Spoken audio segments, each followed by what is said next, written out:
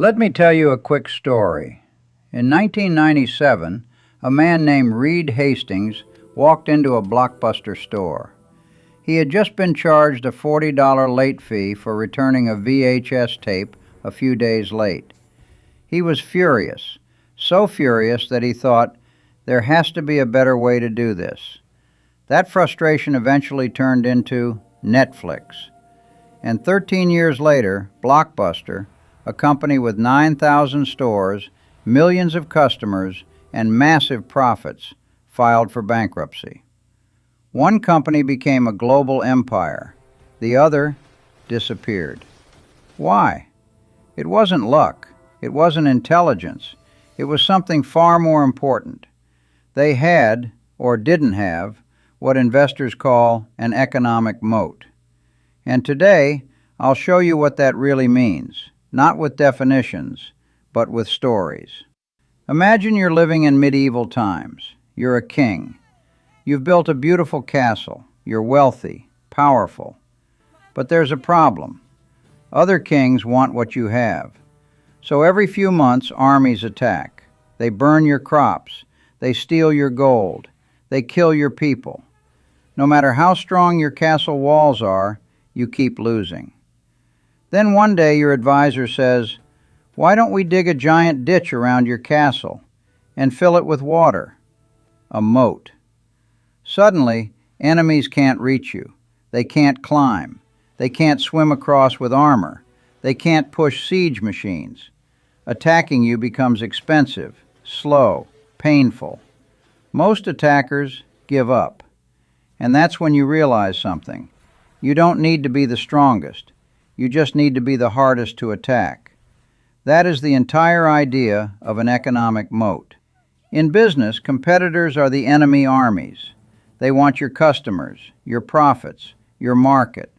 If anyone can copy you tomorrow, sell cheaper, and steal your customers, you don't have a business. You have a temporary hustle. A moat is what makes a business hard to attack. It allows a company to charge more, spend less on advertising, keep customers longer, earn high profits year after year without being destroyed by competition. And now, let me show you what this looks like in real life. Walk into any supermarket. You'll see Coca-Cola. Red label, white logo.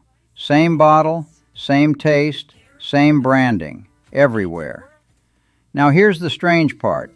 Coca-Cola is sugar, water. That's it. You could create the same drink in a lab, same flavor, same color, same fizz, and sell it for half the price. So why don't people buy it?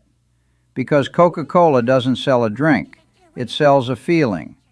Birthdays, parties, happiness, nostalgia, Christmas ads, family dinners. That emotional association took 140 years to build, and no startup can replicate that. This is a brand moat. You're not competing on price. You're competing on identity.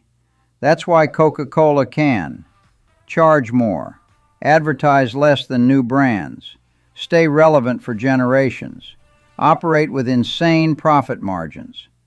People don't choose Coca-Cola logically. They choose it emotionally. That's a moat. Now let's jump to the 1990s.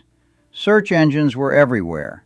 Alta Vista, Yahoo, Ask Jeeves, Excite. Then a small company called Google appeared. Their search results were better, so people used it. And that created something magical. Every search taught Google what humans want, which links they click, which answers satisfy them, which ones don't. So Google got better. More users leads to better data, leads to better results, leads to more users. A loop, a self-feeding moat. Now imagine you try to launch a search engine today. Even if your tech is amazing, you have no users, no data, no feedback loops. You're already 20 years behind. That's a network moat. The more people use it, the stronger it becomes. And those are terrifying for competitors. Now let me tell you a tragic story. Kodak. For over 100 years, Kodak owned photography. If you wanted a photo, you bought Kodak film. They had factories, distribution, brand power. They were unstoppable. And then, in 1975, a Kodak engineer invented the first digital camera, inside Kodak. But leadership ignored it. Why? Because digital would kill film, and film was their cash cow. So they said, digital is a toy, film is the future. Competitors didn't agree. Sony, Canon, Nikon. Then smartphones arrived. Suddenly, nobody needed film, and Kodak's moat, built on film, evaporated. Not because they were dumb, because their moat was fragile. By 2012, Kodak was bankrupt, from king to extinct. This teaches us something critical. Not all moats last forever. So what kinds of moats exist? Here are the main ones.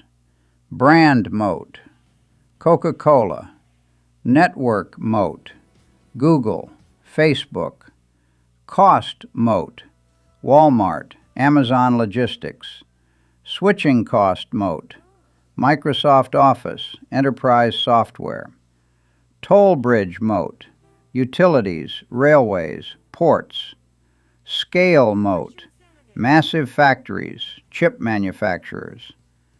But the most important lesson is this. A moat today doesn't guarantee a moat tomorrow. Technology kills moats. Behavior shifts kill moats.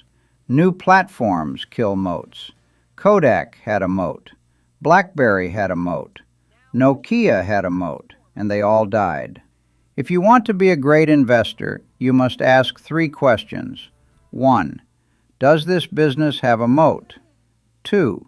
Will this moat last 10 to 20 years? 3. What could destroy it? If you can answer these honestly, you'll avoid disasters. You'll spot legends early.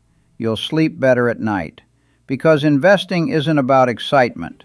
It's about durability. Blockbuster had stores. Netflix had a system. Taxi companies had cars. Uber had a network. Hotels had rooms. Airbnb had a platform. Strong businesses don't just make money. They build castles, and then they dig moats. In the next episode, I'll show you each moat type in detail, with real examples, real failures, and real money lessons. Until then, remember, the best business isn't the fastest, it's the hardest to kill.